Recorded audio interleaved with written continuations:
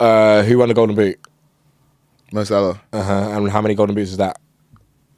4. And who else had 4? Thierry Henry.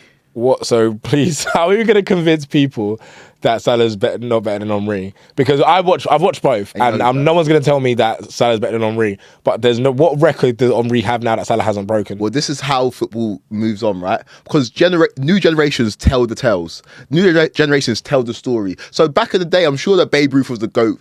People don't know if Babe Ruth was black or not. White, yeah, but stories move on, stories develop, stories are told. Like no one could have told my dad that Maradona wasn't the best player of all time, and then Messi comes about. So that guy with growing pains or whatever. Yeah, man. So like when the story and the narratives are told, if Salah goes and gets another one next season, and he has 3 Premier Leagues to Henry's 2, and he has like 5 Golden Boots, so like you cannot tell people from the new generation that will be in broadcast media and the presenters and the people who tell the narratives and stories, you can't tell them that Mo Salah wasn't better than Thierry Henry, because they'll be like, go and look at the record books.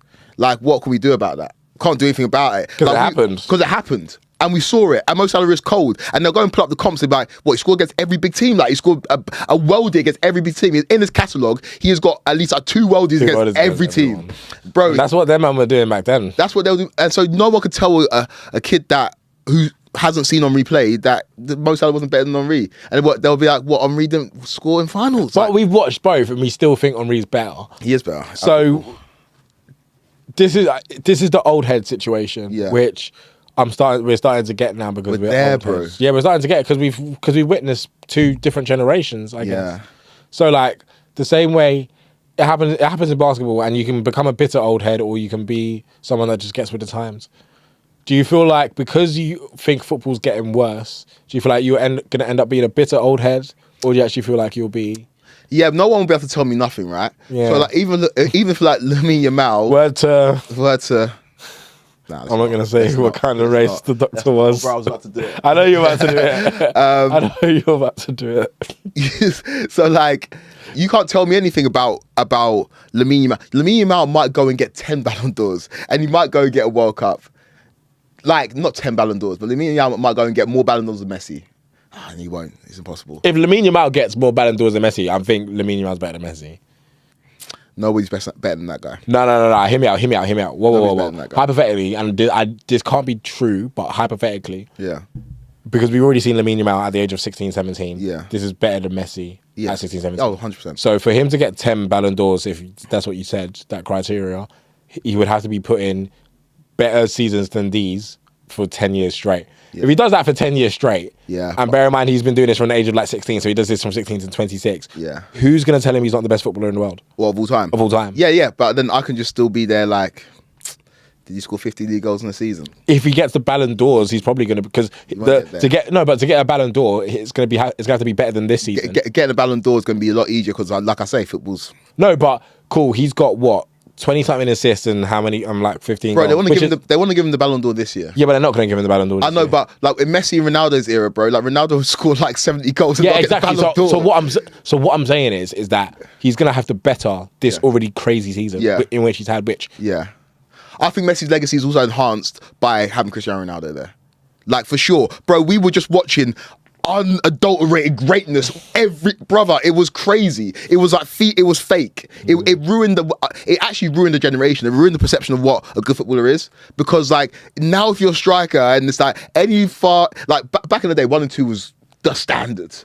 Like in their era, if you're a striker, you're not getting close to 1 and 1.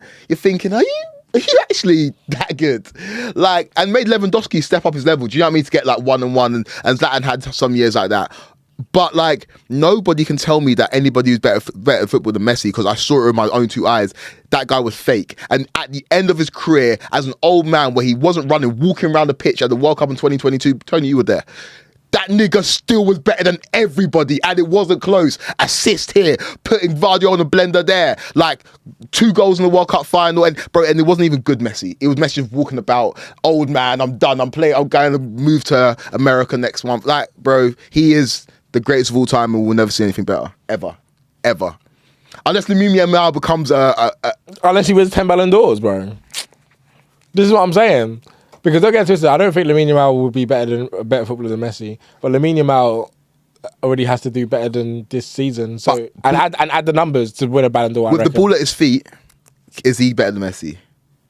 They're doing this. They're both doing crazy. He can't do the same thing with the ball at his feet. With the ball at his feet, just raw ability, bro. We saw videos of Messi when he was free, and that shit looked fake. I've seen a picture with Lamine Yamal when he was an embryo, blood, and Messi gave him the powers. He said, "Go do better." Yeah, but Messi was fake. Messi was born to play football. Like Messi was born to play football. If there's anyone that's more born to play football, bro, what were these Spanish scouts doing in Argentina at that time? They're doing their due diligence to see if this alien was real, and they say, "Yeah, come here, we'll give you some whatever, and we'll get you going." Yo, let Messi just bathe this child real quick. Who did they sacrifice? Where's Puyol? I ain't seen him in a minute, black. Yeah, man. After that crazy tweet of him and Casillas, was it him and Casillas? The tweet?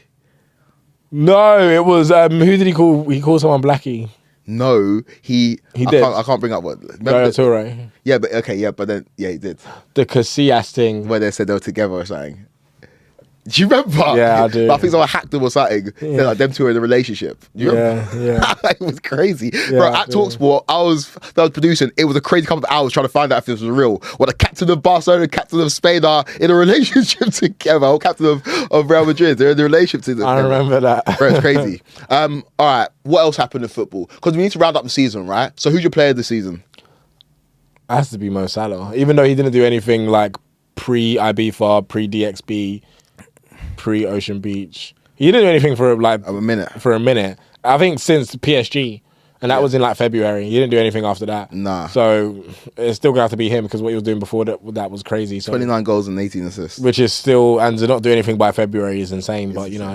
But fair play. I would also say that with the assist record, I reckon there's judging that record. I reckon there's somebody saying that you can't get past 20 because, like, bro, how many times have you seen people get to like the edge of it and then not get it? So because this striker wasn't putting away. Do you remember like an episode earlier? I was going to actually mention this. You were saying that Saka was going to do it. Yeah, I'm going to do it. Yeah, I did. Because he got to 9 by like 4 But games. there's judging that in that record. Do you know what it is? It's not judge. It's just something you can't control by yourself. But Salah was on 18 like 2 months ago. Yeah, and the last 2 months you can't get February. Yeah, hasn't done anything since February, bro. It's crazy. But yeah, Salah player season for me as well. Van Dijk will be up there. Van Dijk proved this year that he's the greatest Premier League centre back of all time to me. Like, we were talking on the phone and we were talking about how if they were to hyper-analyse the era of football that we kind of grew up in, where our teams were winning trophies all the time, and you look at the two best centre-backs of that era, John Terry, Rio Ferdinand, of course, the two of the greatest centre-backs the Premier League's ever seen. But if you're to hyper-analyse it like we analyse the game today, bro, there'll be comps of John Terry not tracking back or losing his man. There'll be comps of Rio Ferdinand Great Chucky. Come on, bro. Like, come on. Hey, after that bloody Manchester derby, it would have been, bro, with the Craig Bellamy thing. Come on. So I think Van Dijk, to be in this era where we're hyper-analysing players and for us to all universally recognise that he's just clearly better than everybody else and it's not even close. And I attest he could do everything that John Terry and Rio Ferdinand could do on the ball. I think this is the season that I gave it to Van Dijk as the greatest Premier League centre-back of all time. He just needs to win a few more to me. Two's fine. Two's fine. Yeah, because Henry's on 2. Yeah, but I don't know, man. Multiple's fine. 2's fine. Because, like, and you think about who... Rio's playing next to Vidic. John Terry's playing next to Carvalho. But Rio was better than Vidic. Yeah, cool. But Vidic was still one of the best centre-backs in the league. Like, name me a centre-back that Van Dijk's played next to that we're like, yeah, he's sick. I think Konate is alright. Konate get into any team over Vidic? No. Would he get into any team over Carvalho? No. He's not even on their level. Like, no, he's dragging Lovren with him. He's dragging Konate. Lovren was a hooper. He's dragging Joe Gomez with him. He's dragging Joel Matip with him, and he's winning the trophies and he's looking sick. Come on, man. Like, if you put Van Dijk in those Man United teams and those Chelsea teams, and the team's better, we'd never concede. We'd never concede the goal. That season, that 04-05, we wouldn't have conceded one goal. I'm telling you. I'm telling you for a fact. Not one single goal. He was a joke.